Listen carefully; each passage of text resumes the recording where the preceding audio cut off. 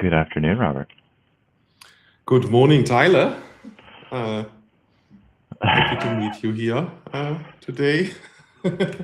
Fresh off the bus, which gave me an opportunity to get fresh coffee, which is great. Because Yeah, you said you wanted to show me some performance things. well, I wanted to kind of, in the spirit of not just going ahead, but kind of sharing some more work with the community. I thought what we could do today is kind of split my process into two. Stopping before execution, essentially. And then translating this, and this is something I can do offline later, into an issue, but maybe discussing some of the things that we may or may not want to do that hopefully help us with some performance considerations that we have, and some more fundamental kind of design thingies that we're questioning right now. So with performance, I mean, the way that I've done profiling, you and I've discussed profiling a little bit. You're gonna have to make your fonts like way bigger. Pretend I'm an old man, so that I can see it correctly. This is like a different font, but I can. But like there's performance in log replay, which we've talked a little bit about. There's performance in like the query performance. I think you, Ethan, and a few others have done really good stuff, like just trying to hijack as much data fusion performance on the query or the data operation side. But then there's resource management, and resource management is where I've spent a lot of my, I've had a lot of my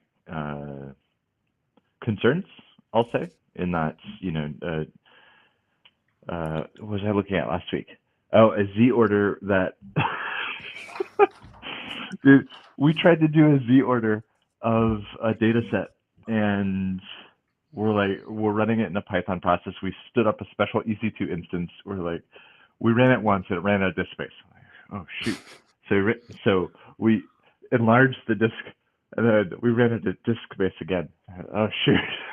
So we ended up going with like 2 or 3x the size of the Delta table on this EC2 instance just to do the Z order optimized, because the resource utilization while it was doing the operation was just excessive.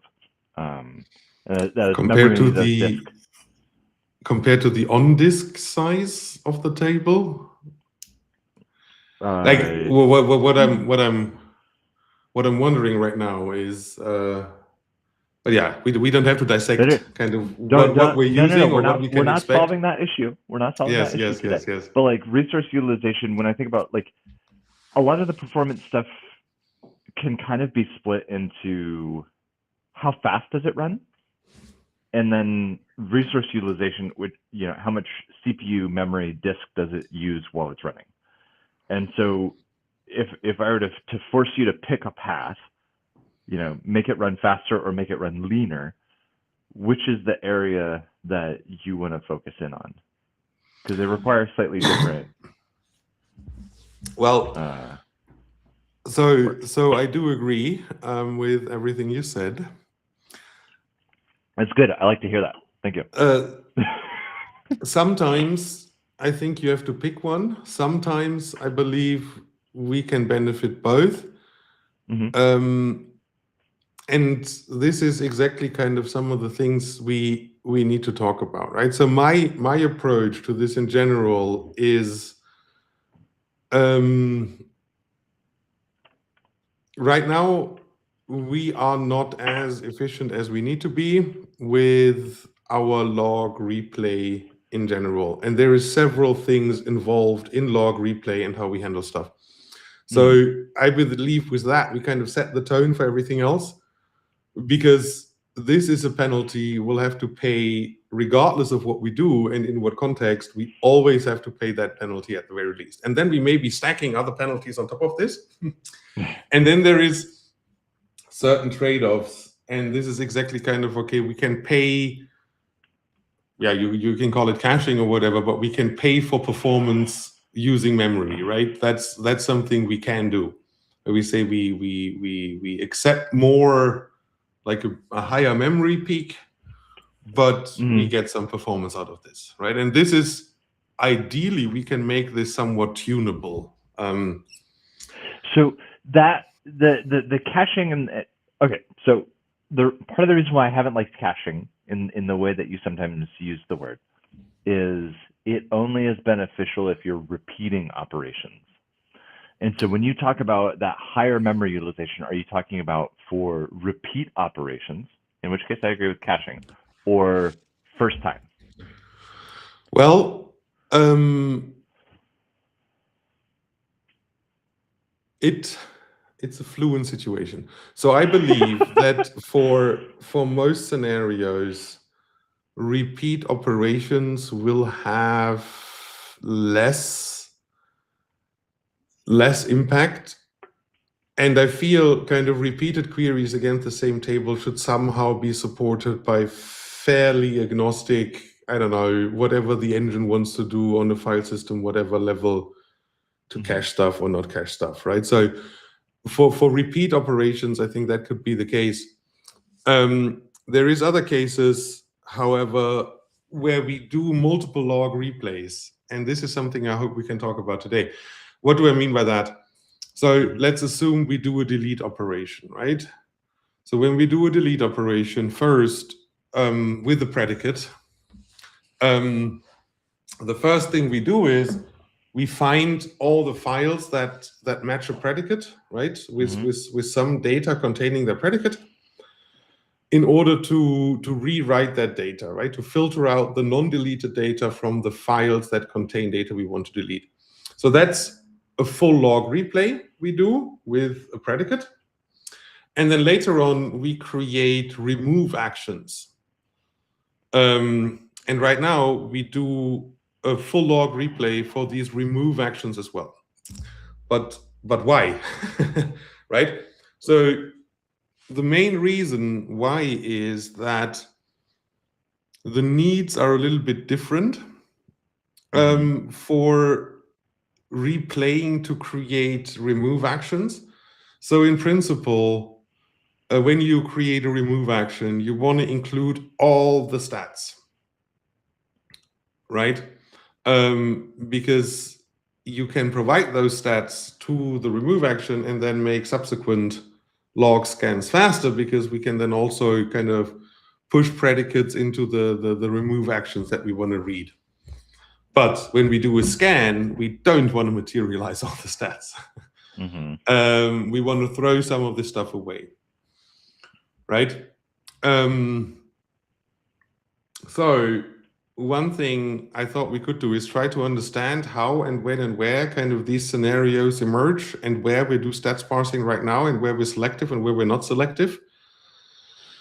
And then we could also ask the question, okay, in some operations, if we know we need to do a full log replay anyway, right? We're in a delete operation, so any file we match, we know we need to retain all the data, and eventually we also need all the stats and all of this kind of stuff, right?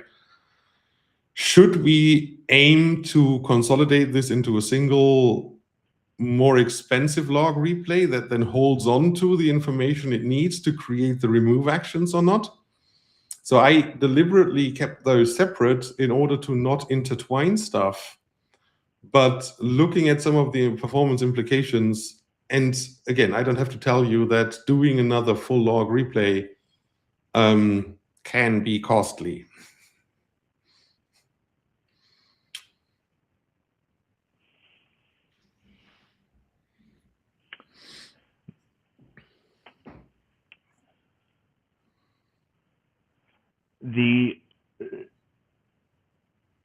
I'm curious to look at some of the code that you have here, but there is I don't think we have a structure that allows us to do lazy materialization of the stats, because it, like, log replay just as a sequential going through and evaluating the transaction log, that is consistently fairly fast. If we're hitting storage again, that's a good opportunity for cache, which is where you have some of that FOIA work, which I think is good. But from a performance standpoint, when everything comes down to when we materialize stats, in my opinion, because that's the biggest wild card is the number of columns, and then the structure of the stats really flips things one way or the other with performance, to where if I don't know I don't have the Rust construct in my head of we basically have futures, we have streams, we have iterators, but what we don't there's each of these things that we touch, each transaction entry that we touch, having a future I have other JavaScript promise comes into mind, but that's not what I mean. The late evaluation of futures in Rust, I think is very valuable. But a late evaluating promise is kind of what I want, or what I think we need for those stats, to where it is never considered. There's no difference between a log replay where you don't care about stats and a log replay that you care about stats, unless you're touching the stats. And so a lot of promise libraries will, when you go retrieve the value, that's when it actually will do that late evaluation. Yeah. But that's maybe the Rust semantic for that. I don't really have something readily reachable. Yeah. Because you're right. The way that you're breaking things down is absolutely correct. But part of why we're in trouble to a certain extent right now, and why it's a little bit confusing to work in here in the guts of Delta RS, is we sort of have these divergent paths that are fairly foundational on, that's the snapshot versus the eager snapshot, and then all of this stuff that sort of goes downstream of those. And if we're lazily evaluating or lazily materializing stats, I think that goes a tremendously long way to simplifying things. But the way to articulate that in code, I'm not sure.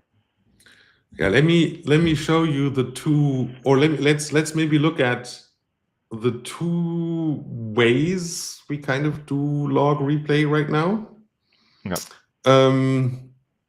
And then I'm going to show you, because I think this is something that I hit fairly deep in the code base in pretty large PRs, but something that I hope that we may be able to even rip out or not. To maybe provide a little bit more context for anybody who might or might not be watching this at some point of time. So, well, no, we'll get to it when we're there. But ultimately, when we look at our snapshot, and right now, actually, eager snapshot and snapshot kind of do the same thing. Mm-hmm. But we have this file views thing, right? Mm-hmm. And this file views here by now just proxies the file views on the non-snapshot. But this is ultimately a log replay here, right? So you have some sort of Mm-hmm. predicate that you can push down into this log replay. We virtually never do. But this will then invoke this files stuff, right? And by the way, my hope is that we can eventually move to at least files, because this is just record batches at that point. But nonetheless, and here we see our favorite stuff happening. This hides kind of the blocking.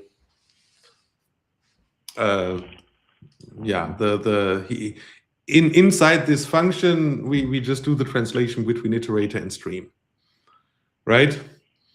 But this is kind of the thing where I meant that got hidden. And well, Florian seems to be aware of it, but in here, we have something unfortunate, which is this little friend right here. Which means every time we invoke file views, and this is kind of from the time when we needed everything materialized, we actually do stats parsing on a pretty low level, shoved in there, right? And this is this files function is our main gateway to iterate through all the actions, right? So this one right here doesn't consider any predicate or whatever. It just parses. It just parses all the stats, all of them, all the time. Which party all the time. It turns out if you just disable some of this code, Delta RS is so much faster. And I think we may not need, so now I can come back with the context. So why did we do this? This was also used, we assume that there is parse stats in our materialized log for specifically the data fusion table provider, which is why I've been so obsessive of getting rid of it. And the other day I just realized, well, I can just disable those stats on the current table provider as well, because they're actually not really helpful. The thing you want is file level stats and not table level stats, because you can then, I don't know. I mean, if there is a query that allows you to skip the entire table, then I don't know, write a query that fetches some data. just kidding. But I felt like this is an edge case that we can live with, that this sees a little bit worse performance now. So that's one path. This is not the path that the new table provider is following, right? The new table provider deliberately wanted to push the stats parsing into the replay, right? So when we look at the table provider, here we have the replay. We do something somewhat similar. This is our stream, yada, yada, yada.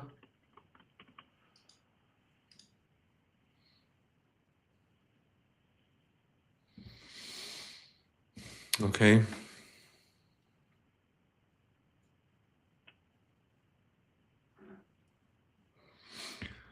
I need to look into what we're doing here now. Are you surprised by what you're seeing? I am. I mean, this clearly says me, but we shouldn't be at this point trying to figure out what our physical schema is. And why is that? Because we do a lot of gymnastics before to... okay, it's essentially for this, to get the right schemas. But the important thing is here we do create a minimal stat schema that considers what we need to evaluate our predicate. And if we don't need any stats, then we're not parsing any stats. Kind of, right? So this is a bit more selective.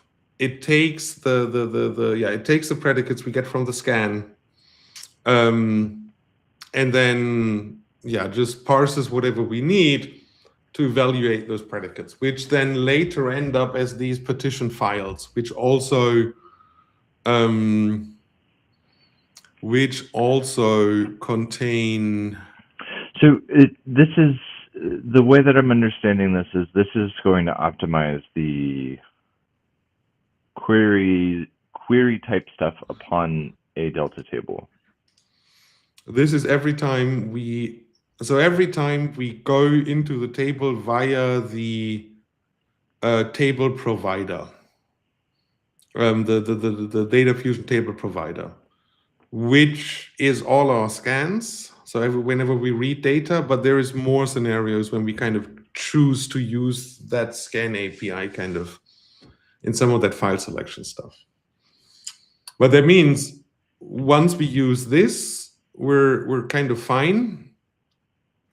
But still, we do a full log replay here, and we do another one then, I don't know, if we look at delete, for instance, because I think delete is fairly straightforward.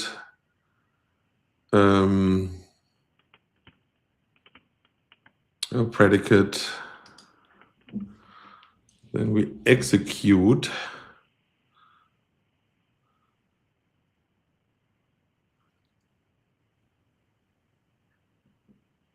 Here, this is one of those file views call site. In this case, we just collect everything. This does a log replay to identify those kind of matched files, right? So we do one in here, and then we do another one to get the right remove actions. And we actually need to filter them based on kind of whatever we found to be a valid file in here. Yeah. So this, and we do, so we can have kind of a stateful stream. What I mean by that is, well, actually all streams here for us are kind of stateful in a sense. No, what I mean is we're already tracking certain metrics on the stream. We could also go ahead and have this track kind of whatever we need for metadata or for creating remove actions. Yeah. But there, so I'm not sure about how we want to do this with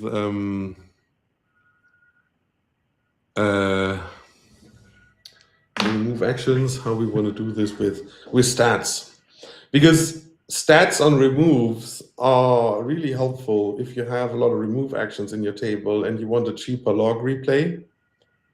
But it will always work also without stats, right? Stats are optional, and stats are also optional on the remove actions. You just can't push stuff into the log replay anymore, or you can't skip removes. I'm not following why stats are useful for a remove. Like, what is that, like, conceptually, what does that give you when you're working on top of a delta table? So I don't need to tell you what we do during log replay, right? So we find all the add actions, and then if we see any remove action before we find the add action, we ignore it, right? So when we read add actions, we can push the stats into the Parquet read, right? And say, okay, I don't know, skip every add action where stats blah, blah, blah. That allows us to skip. And we can essentially also say, well, I'm only ever going to read the add actions that match this predicate. So I also only need remove actions that may remove any of my relevant add actions, kind of, right? So we can kind of apply the same logic and don't need to load all the remove actions because we know how we're going to filter the add actions. So that's kind of the base idea why stats on removes are helpful, because you can kind of apply the same logic as you can do to adds, knowing that you're never going to try to read an add action that wouldn't be covered by kind of the So I guess the reason I'm struggling with this is A, it's early in the morning, so but B, like when I think about performance holistically, like the number one thing to avoid is going to be any retrievals from of a file from storage. So if I have to, like, regardless of whether there's stats in an action, if I have to load that JSON file, that's slow. Okay, so and by the way, checkpoints help us there. Inside of a checkpoint, I've got all of these adds and removes. I guess to me it seems like it's like if I know that a remove affects some adds, if I then have to go deserialize remove stats, to me that seems like it's going to be maybe plus minus 0 on the total speed of things, because if I can just ignore stats entirely and remove, or like, what would you say, like rationalize that remove action out in some way, then that would also be efficient. Well, I mean, this is something where you have more direct experience. So I think it depends on the shape of your log, right? So if you have one of those very high frequency write tables where you write a bunch of small files and then your optimized job comes along and consolidates them and is like, okay, let me remove those 10,000 files and create one new one, right?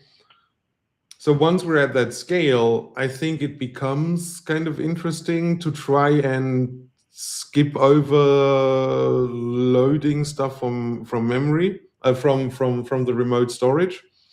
And here, one thing is very important, and you kind of implicitly mentioned that already. In JSON, we have no way of pushing stuff into the read, right? So for JSON, we always, from a, let's say, I/O perspective, need to read all the bytes from remote storage, right? So this is where some stupid caching, just caching the raw JSON bytes on a file system level, can help in repeated replays, or you need to parse all of it. That's kind of the options you have, right? So you either you do the work twice, including I/O, or you cache the I/O and do selective parsing, or you parse everything that you may need first time around. I think that's more or less go. In the checkpoint parquet, are the stats are they strings encoded, or JSON encoded strings, I should say? It depends. So this is especially with kernel. Is there actual structure in that parquet file? They can be, and they should be, and that's when stuff gets kind of more interesting, because that's when pushing down predicates into the log replay actually becomes useful. If you just have string stats, then yeah, you're not skipping anything against a string. You still need to load the entire string, parse all of it, and yeah, you're still doing all the work. So yeah, that's another good point. But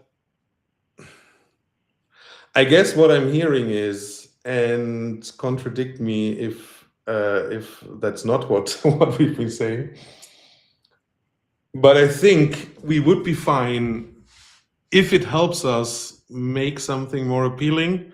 So if the payoff is large enough to say we're not writing stats into the remove actions, because kernel-wise, right now we cannot even, so kernel cannot write stats or checkpoints with stats as struct, I think is this option, right? So right now it doesn't help us all that much. And then hopefully we can regain this ability. But if it were to allow us to have this kind of deeply hidden, nested stats parsing in our log replay be gone, that might be nice. Yeah, I guess the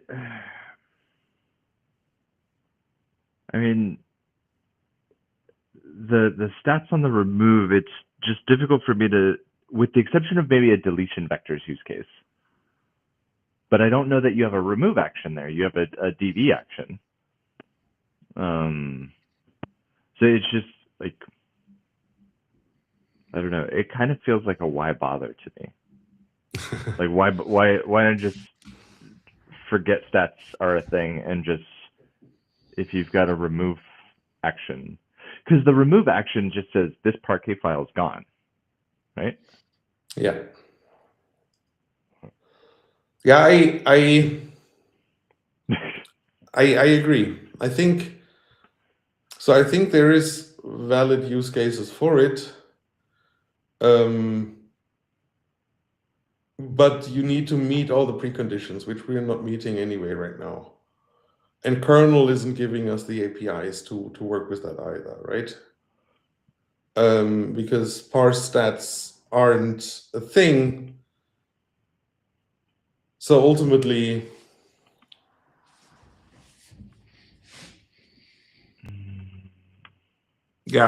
we're not writing them into checkpoints. We're just writing them into JSON actions. In the JSON actions, they don't help, right? They really help when they're in a checkpoint. And I think they're really, really useful with V2 checkpoints, where you have kind of the add and remove actions in these dedicated sidecar files. I think they're called sidecar, right? Because I think this is where kind of the parquet skipping can really shine. But right now we're not getting anything out of it, but we're paying a price. Right.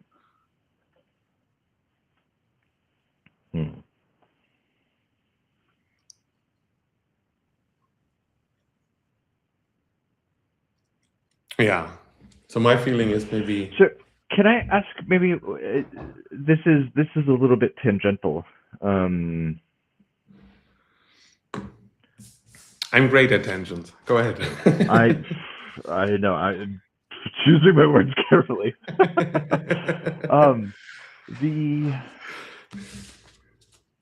The stats.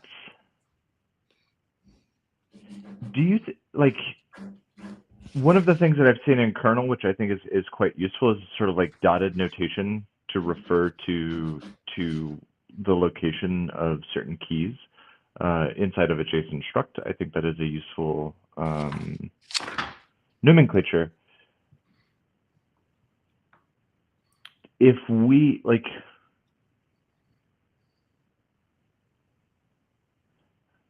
I just like, if we zoomed out from Delta RS and kernel and whatever, just in the Delta protocol, like, wouldn't it be better if we just changed stats from being this string of bullshit that we have to deserialize to being like, here's a list of key value pairs, towards like, here, like if we've got, if we have a fixed, like we've got three columns, basically. I'm thinking like in a table format. One of those columns is, here's the min values, and then a list of strings, dotted name strings, and their min values. That's very easy to encode in native JSON. And then the max values as a list of strings with their values. It feels like the original sin here is that we have JSON encoded as a string inside of this JSON struct. You mean in the log itself? In the log, yeah. Yeah. Like that feels like we're kind of trying to find ways to optimize around one of like data engineering's most foundational don't do that is encoding JSON into a string inside of your column.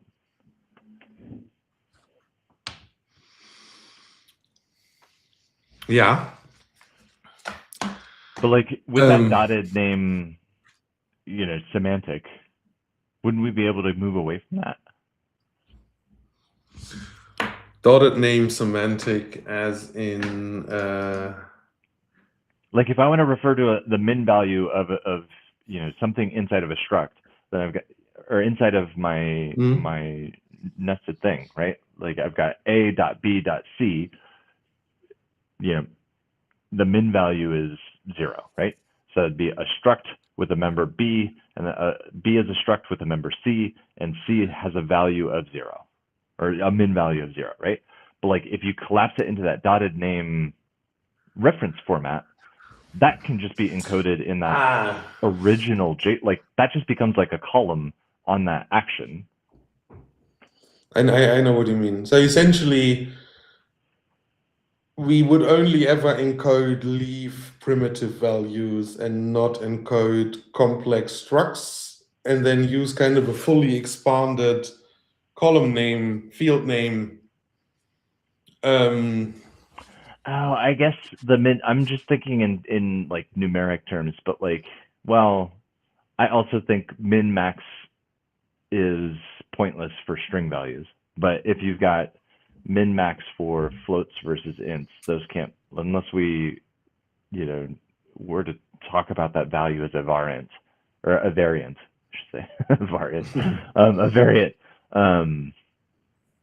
It becomes difficult. I mean, ultimately, I do believe. Well, I know I may be wrong.